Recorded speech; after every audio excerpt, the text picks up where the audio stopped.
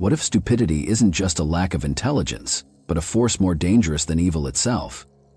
What if the biggest threat to society isn't bad people doing bad things, but good, intelligent people who have simply stopped thinking?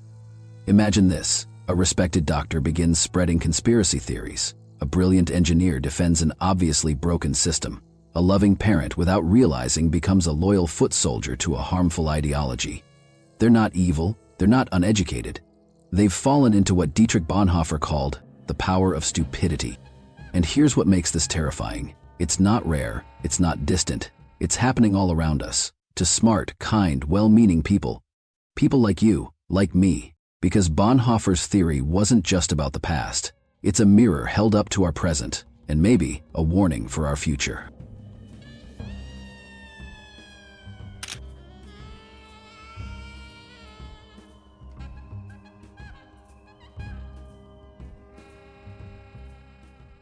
From the chaos of Nazi Germany, Bonhoeffer saw something that most of us still refuse to accept: that stupidity is not an intellectual problem, it's a moral failure, a social contagion, and most chilling of all, it thrives wherever power exists. So in this video, we're going to explore a theory so unsettling, it might just change how you view the world. You'll learn why stupidity is harder to fight than evil, how organizations and systems reward it, and what Bonhoeffer believed we must do before it's too late. But before we dive in, ask yourself, have you ever ignored the truth just because everyone else did too? If the answer is yes, keep watching, because this isn't just a story about history, it's about you. Against stupidity, we are defenseless. Dietrich Bonhoeffer wrote these haunting words from a Nazi prison in 1943, awaiting execution for resisting Hitler. He wasn't a detached philosopher. He was a witness to his society collapsing, not just under evil, but under something far more subtle and corrosive: stupidity. Bonhoeffer's insight was chillingly clear. Evil is conscious. It lies, manipulates, and knows it's doing harm. But stupidity is different. It acts with conviction. It believes it's doing good. It cannot be reasoned with because it feels righteous, and that's what makes it more dangerous than evil. We usually define stupidity as low intelligence or ignorance. Bonhoeffer disagreed. He saw brilliant, educated people, doctors, professors, theologians, willingly surrendering their judgment to authoritarian power. Their failure wasn't intellectual, it was moral. Stupidity, he argued, begins the moment we stop thinking for ourselves and let others do it for us. He saw that stupidity doesn't emerge in isolation, it spreads in groups. The desire to belong replaces the desire to think. People echo slogans, suppress doubts, and conform to the herd. Bonhoeffer wrote, "One feels they are not dealing with a person, but with slogans that have taken possession of him." And the most fertile ground for stupidity? Power. Those at the top stop questioning. Those below stop resisting. In systems built on obedience, intelligence becomes a tool for rationalizing conformity. Thinking becomes dangerous, and not thinking becomes a survival strategy. In Bonhoeffer's world, and perhaps ours, stupidity isn't a lack of intellect, it's the abandonment of conscience. You can protest evil, but stupidity? It doesn't even hear you. Evil is intentional, it knows what it's doing. It lies, manipulates, exploits, and because it causes tension and unease, people recognize it, resist it, call it out. Even those who commit evil often wrestle with guilt or shame. Evil provokes awareness. Stupidity does the opposite. It feels righteous. It doesn't plan harm, it enforces it blindly, thinking it's doing good. Stupid people don't doubt, they don't question. They repeat falsehoods with conviction, enforce harmful ideas with pride, and reject facts not because they're malicious, but because they're sure they're right.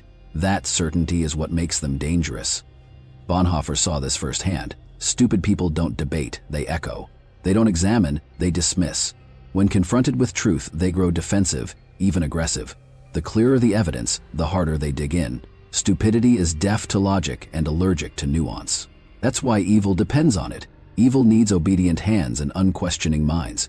Smart, reflective people are unreliable tools, but stupid ones, they follow orders, spread propaganda, and call it morality. Evil thrives not because of masterminds, but because of masses willing to carry it out. Bonhoeffer didn't write this from theory, he lived it. Nazi Germany wasn't built solely by monsters. It was built by citizens who stopped thinking. Teachers, judges, priests, people who sincerely believed they were doing what was right. Their danger wasn't in their hatred, but in their surrender. Evil is visible and often self-destructive, but stupidity is invisible and self-reinforcing. Evil can be exposed. Stupidity ignores exposure. You can argue with evil, but stupidity simply insists.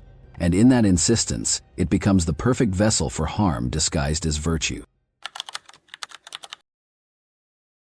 Power infects a large part of society with stupidity. Stupidity doesn't just happen. It's manufactured, rewarded, and embedded into the systems we live and work in. And once it takes hold, it becomes self-reinforcing.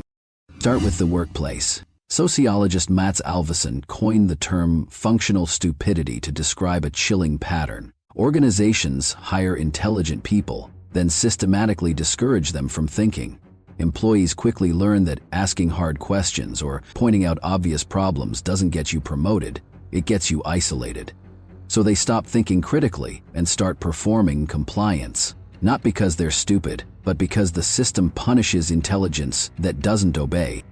In politics, it's no better. Complexity loses elections. Nuance doesn't go viral. Leaders speak in slogans, not solutions.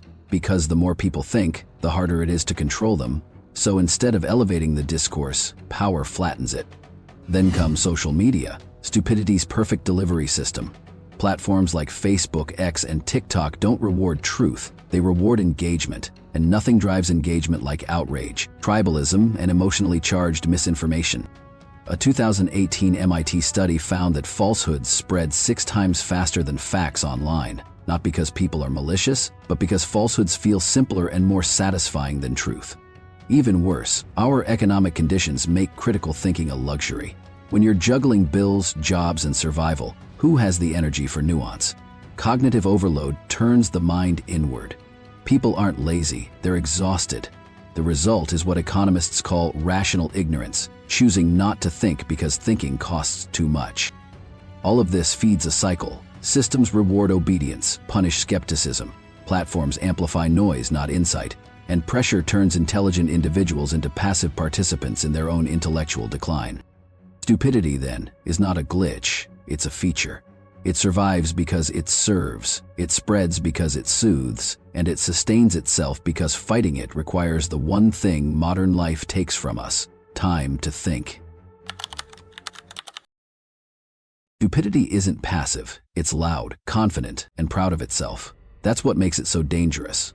Unlike ignorance, which admits it doesn't know, stupidity insists it already knows everything. It speaks with certainty, resists contradiction, and treats doubt as weakness. Try correcting it, you'll be met with defiance or even hostility. Bonhoeffer observed this firsthand. The stupid person, he wrote, becomes dangerous by going on the attack.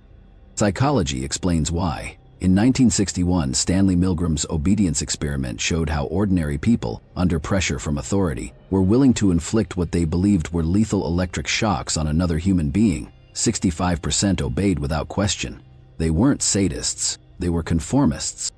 A few years later, Solomon Asch's conformity studies revealed another disturbing truth. 75% of participants knowingly gave the wrong answer to a simple question, just to match the group. It wasn't stupidity in the traditional sense, it was fear of standing alone. Stupidity in groups becomes a survival instinct. Add cognitive dissonance, our brain's natural resistance to information that challenges our beliefs, and you get the perfect shield against truth. When facts threaten our identity, we don't revise our views, we reject the facts. And in today's world, this tendency is no longer just human, it's engineered. Every scroll, click, like, or pause on social media is recorded, analyzed, and fed into algorithms designed to keep you hooked. These systems don't care what's true, they care what keeps you engaged. And what keeps you engaged is emotional content that confirms your worldview, not challenges it. MIT researchers found false information spreads 6 times faster than truth on Twitter, not because people are evil, but because lies are designed to feel better. That's the new face of stupidity, curated, personalized, and automated. We're not just battling human bias anymore, we're up against machine-optimized ignorance, stupidity at scale. And that's why it's so hard to fight. You're not just confronting another person, You're confronting their fear, their tribe, their algorithm, and their illusion of certainty. The price of freedom is eternal vigilance, not against enemies, but against your own tendency to stop thinking. Stupidity isn't just a social disease, it's a personal trap, and fighting it requires more than intelligence. It demands courage. First, choose intellectual courage over comfort. Dietrich Bonhoeffer called it costly grace, the act of thinking for yourself when it's unpopular, painful, or dangerous. It's easier to conform, easier to stay silent. But the moment you abandon your mind for the sake of comfort, you've already surrendered. True resistance begins when you stop needing to be right and start needing to be honest. Second, cultivate intellectual humility. Ask yourself, what evidence would make me change my mind? If you can't answer that, you're not thinking, you're defending. Intellectual humility doesn't mean you doubt everything. It means you recognize your knowledge is always incomplete. It's not weakness. It's the beginning of real wisdom. Third, practice daily friction. Don't surround yourself with comfort food for the mind. Each week, read one thoughtful argument from someone you disagree with, not to convert, but to test your convictions. If your beliefs can't survive scrutiny, they're not beliefs, they're habits. Say, I don't know, when you don't. In a world of loud certainty, admitting uncertainty is revolutionary. Before you share anything online, pause, just 60 seconds, ask, is this true? Is this useful? If not, let it die in your drafts. That one pause breaks the algorithmic cycle of reaction-driven ignorance. But let's be honest, individual action is not enough. We need systemic resistance, media literacy education, algorithm transparency, and economic structures that don't force people into survival mode. But until that happens, your daily choice to think clearly, to stay curious, and to resist certainty is the front line. Fighting stupidity isn't about being smarter. It's about refusing to stop thinking, even when it hurts. You can't outthink a system built to keep you distracted. Yes, individual choices matter, pausing before reacting, questioning your beliefs, resisting the pull of easy answers. But when the environment around you rewards outrage, conformity, and noise, personal clarity isn't enough. It becomes a quiet protest inside a rigged machine. Stupidity today is systemic. It's designed. Social media algorithms manipulate what you see, how you feel, and eventually what you believe, not to inform but to extract attention. Without algorithmic transparency, we remain willingly misled. We also need media literacy, taught not as a skill but as self-defense. People must learn to interrogate information, not just consume it. Most importantly, structural conditions must change. A population buried in economic stress has no energy left for critical thought. Safe housing, fair wages, and healthcare aren't just social goods. They're mental prerequisites for democracy. Individual resistance plants the seed, but unless we reform the system itself, politically, economically, and technologically, stupidity will remain not just common, but profitable. If we want a thinking society, we have to build one. Stupidity doesn't announce itself. It whispers comfort, certainty, and belonging, until one day you find yourself defending lies you never questioned. Bonhoeffer's warning wasn't just about Nazi Germany, it was about human nature, about how easy it is to stop thinking when thinking becomes costly, about how silence and conformity don't just enable evil, they disguise it as good. So the real question is this: when the pressure to conform is overwhelming, will you still think? When truth becomes inconvenient, will you still seek it? When the crowd rewards obedience, will you stand fast? This isn't about being smarter, it's about being braver. Intellectual courage isn't loud, it's quiet, daily, often lonely, but it's also the foundation of every free society. So here's your challenge. Before you speak, pause. Before you agree, ask. Before you share, think. And when you feel the urge to follow the crowd without question, stop and choose to be human instead. In a world profiting from your intellectual surrender, the simple act of independent thought is an act of rebellion. Will you stand fast?